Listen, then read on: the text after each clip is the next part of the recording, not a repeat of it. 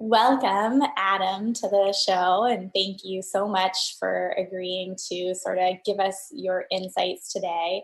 I would say good morning, but as we know, people will be watching this any time of day.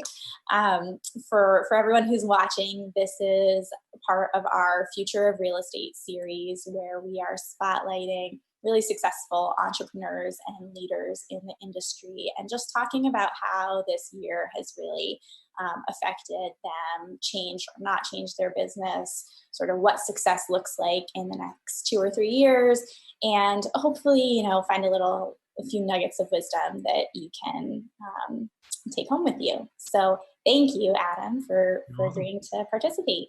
Sure. I'd love to start. So, firstly, Adam Dow, you are the top real estate agent in New Hampshire. You've consistently sort of been in that really top 10 group ever since starting, pretty much, I feel like, over the last 2 decades. You've really sort of crafted this team structure, led by you. You've been part of different franchises, Coldwell Banker, Keller Williams. You've really hopped around. You're sort of an early adopter of really digital lead gen, and also sort of having your web presence be front and center, really that online first mentality, mobile first. You're a trendsetter in so many ways. And you've worked with us for a really long time, and so I would love to hear, maybe, I know your voice is is struggling with all the Zoom calls we've been on lately today. So maybe just a brief overview of how you got into the industry and sort of what in the past year, as now a successful agent, but also team lead, what your focus has been, and give us a little bit of that backstory. Sure. So I got in the business and I got a motorcycle going by 2003. And I was in one of the classes that said, all right, let's focus on something. Some people focus on like farm areas. Some people focus on neighborhoods. And I grew up on Lake Winnipesaukee, and I said, well, I know that the best in my neighborhood, so I'll focus on that. And then I said, how do I make myself different from all the other agents in my town? And no one really had a website yet. So I joined with a company, and wasn't you guys at first, but I switched over to you guys a couple of years later. And what I wanted to do was tell my story online that was different from the 100 other realtors in my town.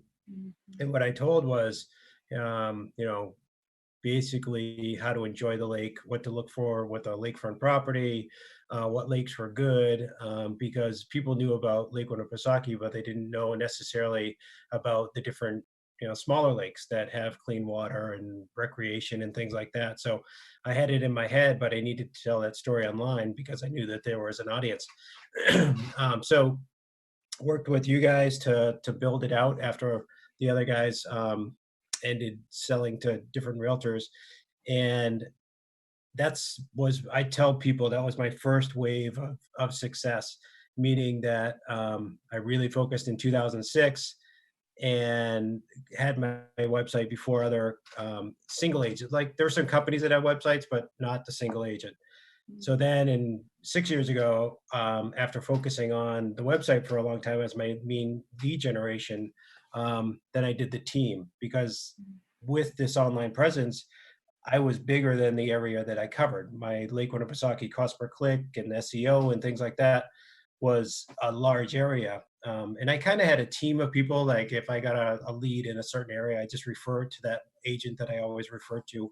But now I have everybody in the team, because if I referred it to an agent that didn't work on my team, that I would get a piece of that sale, but not all the sales after that. So now the team really incorporates all of that. So the marketing, actually, we redesigned the website with you guys last year. So now it's not only just the lakes region, but it's the mountains and the seacoast. So we've done about 100 deals so far this year, and we're on pace to, hopefully do the best year yet. But it's because of the online presence that has the coverage. And I call the agents that are on the team, they're all area experts. So I was just talking to somebody right before this call, new to the area, wants to know which lakes are the good lakes, the quote unquote good lakes. So I brought up our website, I showed him the page that says, all right, here's all the lakes that if I was looking, I would look at first. He's like, oh, this is awesome. And it's what you can't get on Zillow. It's what you can't get on Realtor.com. So I was in a mastermind with Gary Keller last year, and he really kind of put into words what I've always tried to do. It's be different than the other agents. Make sure that if you talk to somebody, you give them a reason why they're hiring you and not hiring the 100 or 1,000, like there's 1,000 realtors in the Lakes region. Why are they picking you as the one and disregarding the other 999? Mhm. Yeah.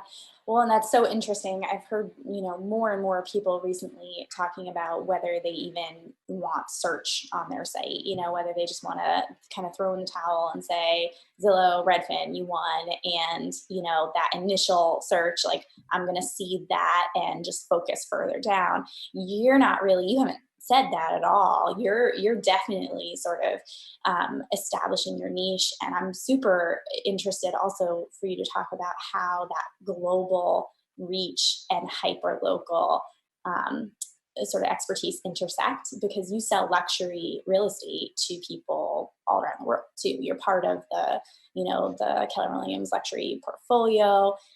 You have a lot of out of state and second home buyers, but also local. And then as we also know, and some people may or may not know watching this, the Lakes region is actually quite large. So you can't, it takes a long time to drive around even just Winnipesaukee. And so you can't really service, well, you can, but it's a different level of expertise to service, some towns on one side of the lake and then the other. And then when you think about Squam and you think about some of the other lakes. So how do you sort of, I guess, balance that need for sort of massive reach, or, broader reach with people who are looking for waterfront? Maybe they're not sure whether it's the seacoast or the lakes region with that hyper local expertise. So we can talk about the Z word, the Zillow. Yeah, I had the pacifier of Zillow for a while, meaning I spent like $4,000 a month on Zillow, and I would get the leads. They were good leads, people that were kind of at the end of the funnel, getting ready to buy a house. But Zillow did one change in the way that they handled leads. They started answering the phone, or they were doing something with their lead distribution that didn't match my model of how I was collecting the leads, because I'm spread out. Like I couldn't answer the phone because the Zillow person would talk to them, then they would talk to me, and then I try to hand them to one of my teammates. And so the customer experience wasn't that good. Mhm. And so last year, my Zillow leads they weren't as good. And my bottom line, basically January and February last year were awful. Like my sales went way down, and it's because Zillow changed the way that they did things. And I'm like, why am I basing my whole business on another company where they can make one tweak and it can really affect my income and my family's income? And so that's when I went back to you guys and said, all right, forget this. I'm going to build something that's mine. And it's always, I got to give Ted Adler credit, but I don't like to do that. But he said, why are you renting something on Zillow when you can own something with us? And we're saying that to customers. Well, why are you renting when you can own your house? So we built basically, the seacoast onto our Lake Region site, and the mountains onto the Lake Region site. So, but everything that we do, everything we pay you guys to do, is something that is building on itself. It's the snowball that keeps getting bigger and bigger. And you asked the question, or you made the point that you're not relying on these other companies for the leads. And we can think of leads as consumers, but there's also leads of other realtors. I make it a point, and during COVID, when this first hit, I'm like, all right, well, I'm not going to call a bunch of people to see if they're going to buy a house, because that's just rude, because we're all thinking what's happening in the world. But what I can do is call other real estate agents that are in Boston or other parts of Massachusetts, because that's our feeder market up here, and just touch base with them. And I basically came up with I did a PowerPoint of all my listings that maybe their people would have an interest in, because I saw the second home market jumping after COVID kind of came down a little bit because people wanted the escape. And I didn't put my name on it. I didn't put any branding on it. I said, just send this out in your newsletter. Send this really nice luxury listing that people like to look at these pretty pictures to your client database. Two reasons I did that was one, maybe that they could get a referral and send me the referral up and they can make a little bit of money. But I also like to stay in touch with the Massachusetts realtors, the people that are in my feeder markets and have my name come up when they're thinking about New Hampshire real estate Mhm. because um, they're already talking to the client. They're talking to the client before they might have their primary residence on the market and they're going to move up here or whatever. But that's the other reason to have a really nice website is because other realtors judge the potential referral partners by their website. Oh, this guy has a really nice website. He must be doing well. So it's not just a one pager that's a template site that they could gloss over. So I get a lot of referrals just because of my website and because they know that I've invested money into it. Mhm.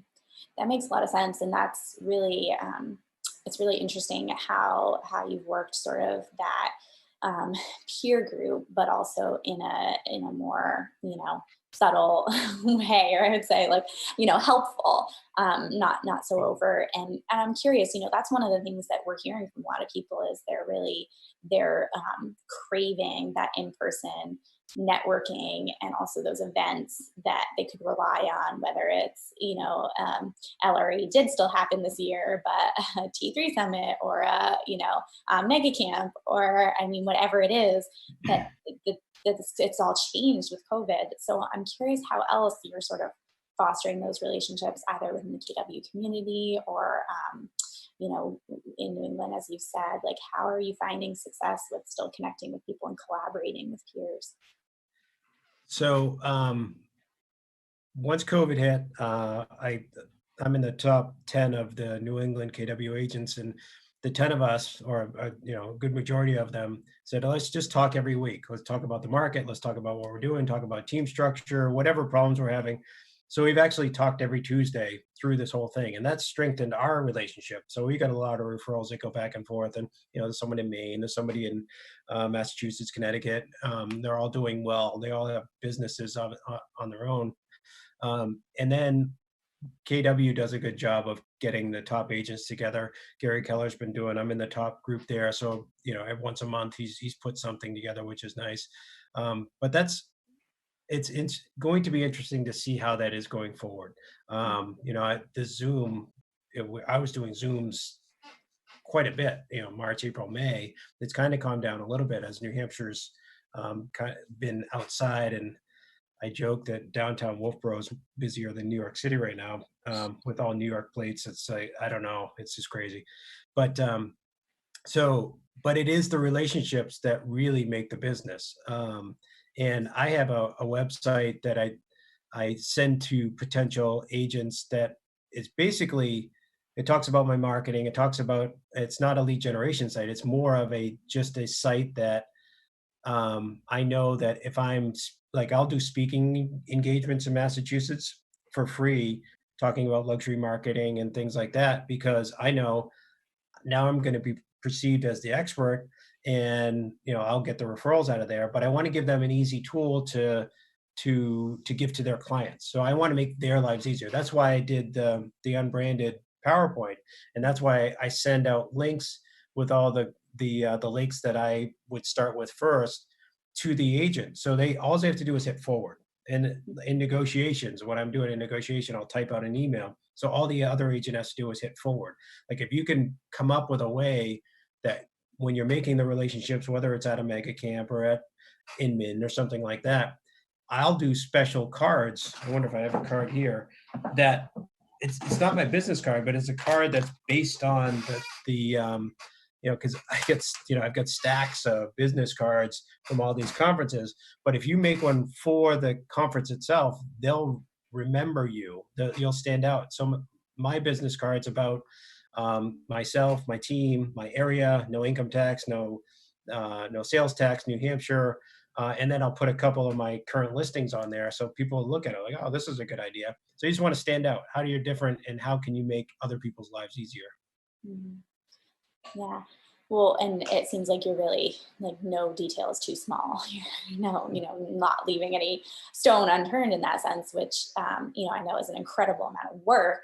It takes time, and I think you've always talked about, at least since I've known you and known of you, sort of just there's no substitute for just putting in the time, putting in the work, and the work ethic.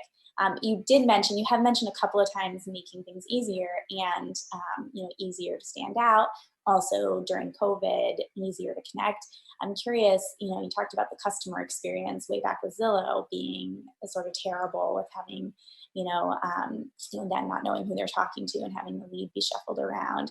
What are you hearing now from your customers, and what are you and your agents working towards in terms of sort of delivering the ideal COVID customer experience? And obviously, it's a little different in New Hampshire since you are able to be in person now. But sort of what's the ideal customer experience looking like for you now?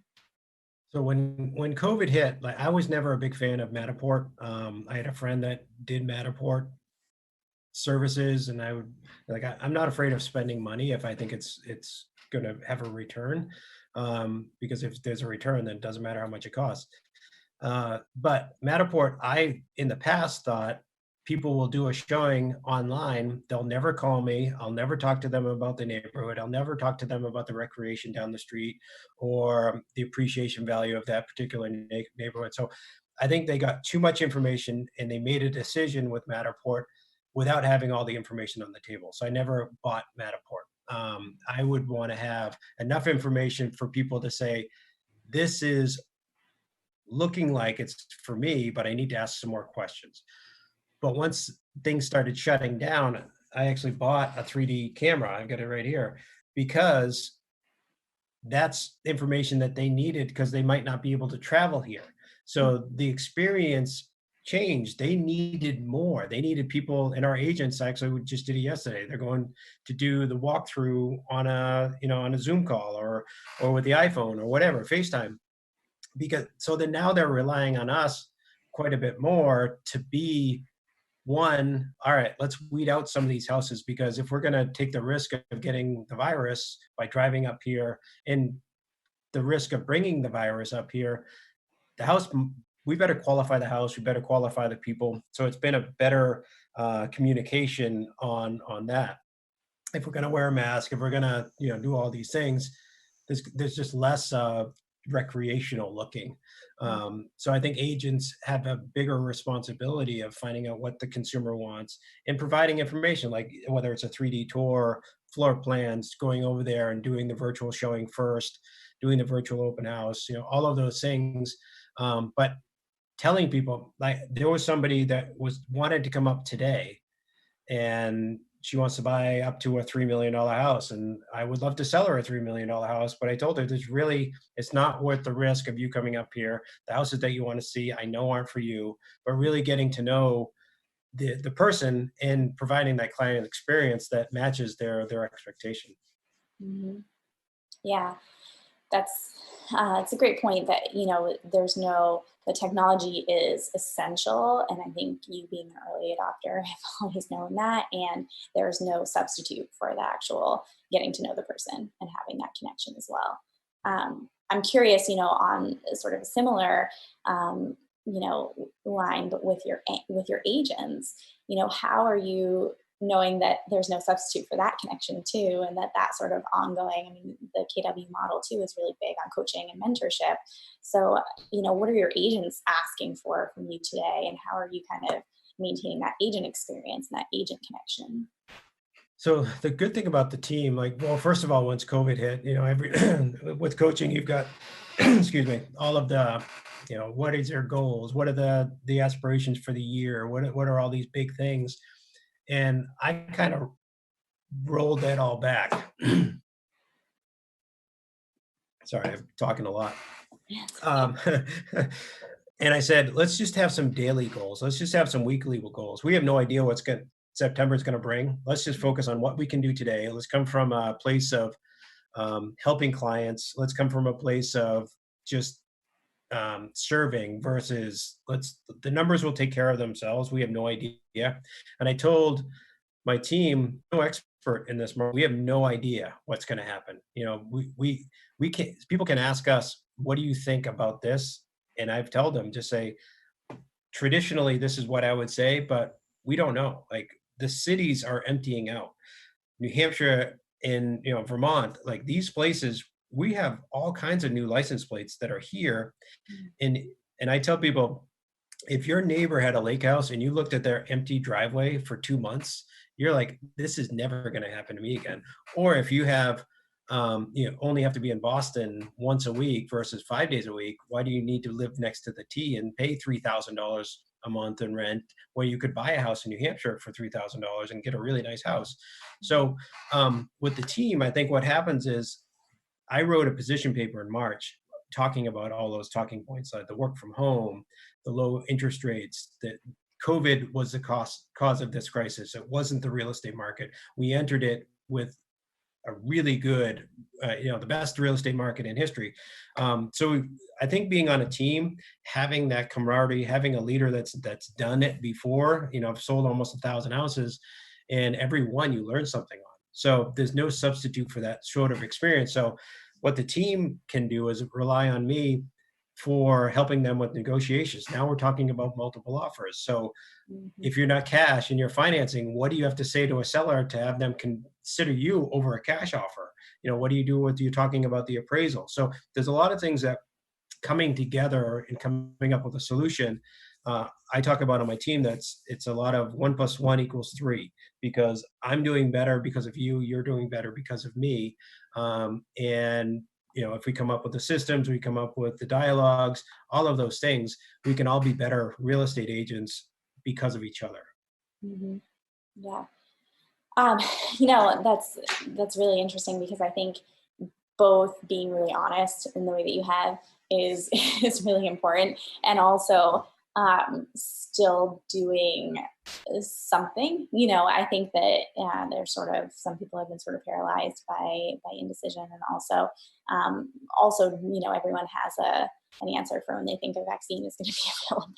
So there you see kind of either end of the spectrum. So it sounds like you've done a great job balancing that. I want to be respectful. I know that you've had a ton of Zoom calls, so I don't, you know, just have a couple more questions for you. Sure. But you mentioned a couple of times that you put the work in, the numbers will follow, right? And you kind of have done that over your career. And I also know, you know, you're one of the more analytical agents that I think I've known. And so, what kind of data and information do you use regularly to make decisions? And you know, when you're setting goals with your team, like what do you think are the most important KPIs? So right when COVID hit, the we have a system where you got hot, nurture, and watch. So if we meet somebody and we put in the database, we talk, all right, hot, they're going to do something in the next 3 months. Nurture, you know, 3 months to 12 months, and watch is over 12 months. And I did a metrics training, their consulting company, and that's their thing. So it's not something I can take credit for. But I just said, I don't care about units. I don't care about under agreements. If we just talk about hot, nurture, and watch over the next 3 months, all of the other stuff will come. It's something that drives the units. It's something that drives the amount of sales. So um, I don't get so deep into the results, but I want to track the stuff that will produce the results. Like, and for you guys, when we're on the phone, I look at, all right, where are people looking on our website? Is it New Hampshire? And you know, you can ask Dahlia, I really pushed you guys to go into New York, and you're like, well, you know, there's not a lot of search. And then we went into New York, and we got a ton of people coming from New York now. So it's all right. If somebody's on our website from New York, then that means that potentially in the future they'll buy something. So I'd rather track, where are the people looking. Maybe we can double down on that. So rather than trying to create a market, I want to make sure that whatever's working, we're putting more money into it. Hmm. Yeah. It's thinking about the middle of the funnel. It's interesting because even though I personally don't believe that there is a funnel anymore, I believe that it's just cyclical. It's just a circle, and we are so, you know, our attention span is so short that you have to constantly be, loyalty isn't something you can take for granted, right? You have to constantly be re-engaging, and, nurturing people who you're even working with, as well as after the transaction, and then to get that referral business. I think, Well, if you think about the cycle of somebody buying, it goes like this. It's just a valley. If they bought, like they're not a good lead, they're not a good lead, they're not a good lead. Then they start, 3 to 5 years, they start becoming a good lead. And, 7 years out, when they're getting ready to buy another house and sell their house, now they're a good lead. But that whole time they've been the same person and they're worth staying in relationship with. yeah, absolutely. So just, two more questions really. I'm curious, what if, which I think you could start a software company tomorrow or a technology company tomorrow. You have the chops. But if there's one or two things that you're missing today, what would those things be, either for, specific to the COVID era and transacting real estate now, or sort of in the future, that you think are essential to success for you in the next 2 or 3 years? Well, I mean, video is something that I really need to get better at and get it more of a strategy of, all right, this goes on the Union Street website, this stays in YouTube, this stays in Facebook, and this is how we interact. This is the blog post. Like, I think that I just need to get more video. Like these Zoom calls have been good because I never really like to be on camera, or have that sort of interaction. So it's forcing the digital part. Like I'm great if somebody's in the boat and I'm showing them the lake, but to be in front of a camera was tough. So it's just doing it. It's kind of like the blog post. If you do one a day, you get 365 at the end of the year. If you do one a week, you get 52. It's all right. How many videos do I want, and what does that mean per week? And just doing it. It's like the content, the SEO. If you do it, it's doing something that's hard to copy. Like if you do 300 blog posts, it's hard for somebody to sit down and do 300 blog posts because they see that you've done it, they see that it's successful, but it's just hard to copy. So it's figuring out what you want to be an expert in, what you want to double down on. I've got an agent that's coming up in Portsmouth, and we've been talking a lot about what do I need to do as an agent to be successful in the future. And I've told him, you want to be an expert in your craft. You want to know the downtown market inside and out, because he's good at making the phone calls. He's good at making the contacts. But if he makes a phone call and a contact but doesn't have the good information, then it's just a waste of effort. So he's taken the spreadsheets that I've done for Lakewood and Pisaki, the average price point, the number of sales over $1 million, the number of sales under $1 million, all of that stuff it's in my head, and he's applied it to Portsmouth. So now he's making phone calls and he's having these high level conversations with business owners about what's the average price, what's the price per square foot based on building, like all of these minute details that set you up as the expert, and they'll tell their friends about you. I just had a conversation with them. It's the first realtor that I really talked to that knew he's new to the business, but it doesn't mean you have to be, have 10 years in the business, and you can still be stupid about real estate because you just didn't invest the time to do the spreadsheets to learn the market. Mm-hmm. Yeah, that's a great point. I think it's the expertise, it's putting the time in. This is when Ted would bring in a baseball reference to, Greg Maddox, just putting the time in and being a magician, or someone else. I heard the opposite of that. If you want to put the time in or know how to do that, read the book, The Atomic Habits. We did it as a book group during COVID, which was kind of a good thing. But it talks about breaking a habit or a bad habit. And the reason that smoking is such a hard thing to break is the habit is putting it to your lips and getting that endorphin or that fix. So doing that so many times per cigarette is how hard it's been, smashed into your brain. It's not necessary, it's the nicotine, but it's also the habit of feeling good over and over again per cigarette. So you think about how many times that happens per pack, per day, whatever. So if you think about that, and it's just putting in the reps. So to get the good habits, you have to just start putting in the reps. Huh. So that was the Atomic Habits? Is that Atomic Habits. It's an awesome book. I'm definitely looking forward to it. My last read was not as exciting. I read The Clean Coder, which is about coding really high quality software. I'm not even a coder, but I know about that. So I'll switch gears now. So cool. Well, thank you so much for your time, Adam. One more question before I let you go and give your voice a rest.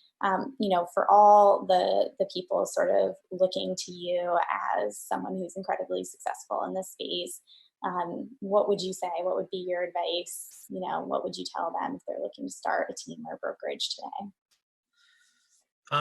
There's a lot of ways of being successful in this industry. I joke because golf is something that I enjoy, and I've made a lot of money in the golf course because I turned um, real estate in my marketing. Some people try to, like, they say I've got a professional Facebook account and I've got my personal Facebook account. If you're in real estate, you're all in. So think about what you enjoy, think about what your interests are, and combine that with real estate, whether it's a charity, whether it's a activity or whatever, and get into a group of people and try to pick one that's got some really good influencers in it.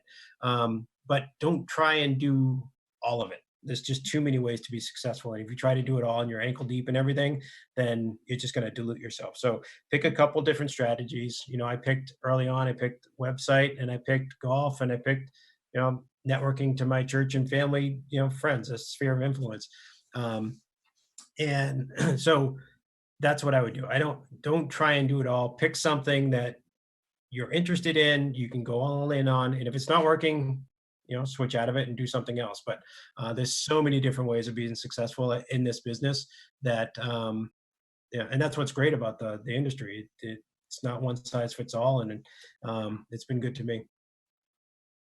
Well, I think that's really good life advice for anyone in any industry, pretty much. So thank you for sharing it. And thank you again. So we're here with Adam Dow talking about the future of real estate, owner of the Dow Realty Group, team lead, altogether very successful business professional, father, peer, client. It's just been a pleasure to talk to you, Adam. Thank you for taking the time, especially when your voice is already spent after back-to-back meetings. Thank you. Yeah, happy to be here.